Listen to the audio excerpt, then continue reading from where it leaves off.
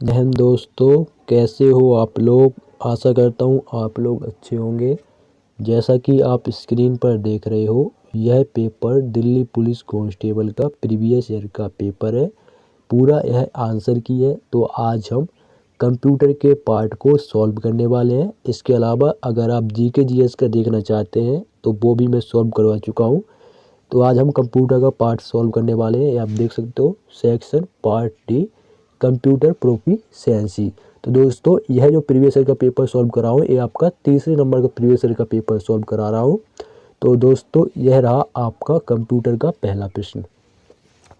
Chrome browser में वर्तमान tab के दाईं ओर के ब्राउज़र टैब को सक्रिय यानी एक्टिव करने के लिए निम्नलिखित में से किस कीबोर्ड शॉर्टकट का उपयोग किया जाता है। तो अगर आपको ब्राउज़र टैब को सक्रिय करना है तो इसके लिए आपको कंट्रोल प्लस पेज डाउन का जो रहता है आपका, वो आपको दबाना पड़ेगा। Control plus page down. तो ऑप्शन 4 आपका बिल्कुल सही होगा। इससे आप एक्टिव कर सकते हो। बढ़ते हैं अगले प्रश्न की ओर। अगला प्रश्न आपका एमएस वर्ड से। अधिकतर प्रश्न आपको एमएस वर्ड और एमएस एक्सेल से ही देखने को मिलेंगे। बाकी आपके 2-3 प्रश्न आपका कंप्यूटर से रिलेटेड रहेंगे। पढ़ेंगे प्रश्न को।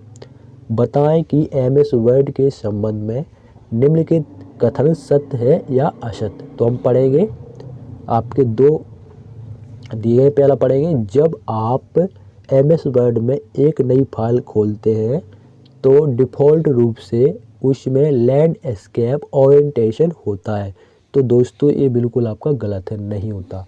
दूसरा देखो, जब आप एमएस वर्ड में एक नई फाइल खोलते हैं तो डिफ़ॉल्ट रूप से उसमें पोर्ट्रेट ओरिएंटेशन होता है।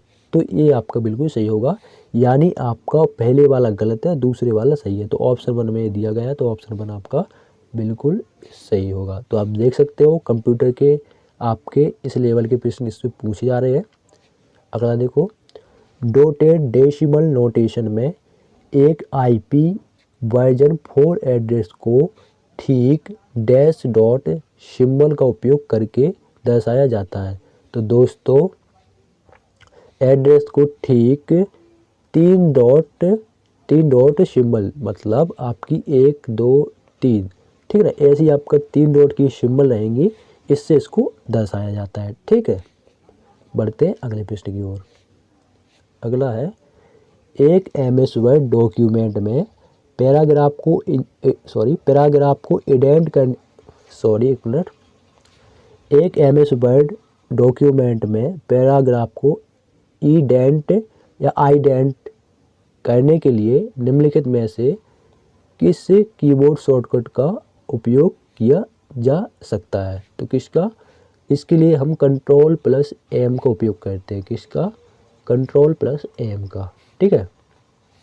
तो ऑप्शन 1 आपका बिल्कुल सही होगा, इंडेंट करने के लिए, ठीक है। अगला देखो, एमएस वर्ड के हाल के संस्करणों जैसे वर्ड 2016 में होम मेन्यू के तहत एडिटिंग कमांड समूह के भाग के रूप में निम्नलिखित में से कौन सा दिखाई देता है। तो क्या दिखाई देता है?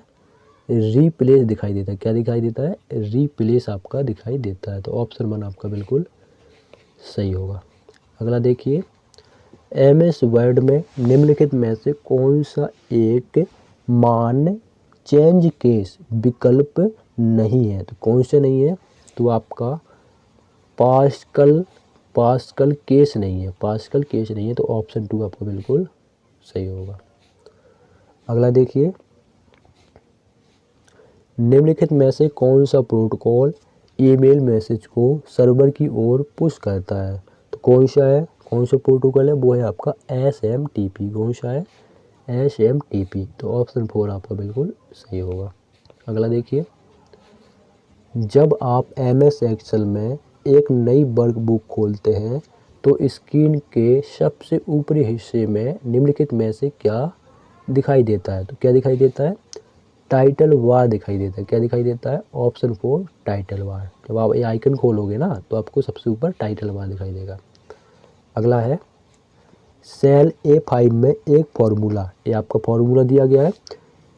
यदि सेल A5 को कॉपी करके E9 में पेस्ट किया जाता है तो सेल E9 में फॉर्मूला क्या होगा? तो दोस्तों ऑप्शन 1 वाला आपका ये फॉर्मूला होगा बराबर E7 + F8।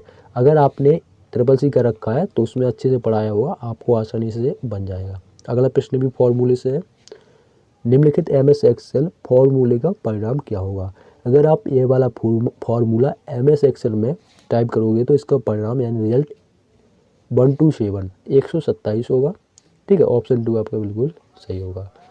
तो दोस्तों ये थे आपके दिल्ली पुलिस कांस्टेबल में पूछे गए कंप्यूटर के प्रश्न। तो आपको अंदाज़ा लग गया होगा कि कंप्यूटर में ऐसे प्रश्न पूछे जा रहे हैं। अभी भी टाइम है, अच्छे से पढ़ लीजिए। और कुछ आपको मिस्टेक नज़र आई हो, कोई किसी डाउट हो तो बिल्कुल पूछ लीजिएगा। मिलते हैं किसी नेक्स्ट वीडियो में, तब तक के लिए मैं इजाज़त चाहूँगा।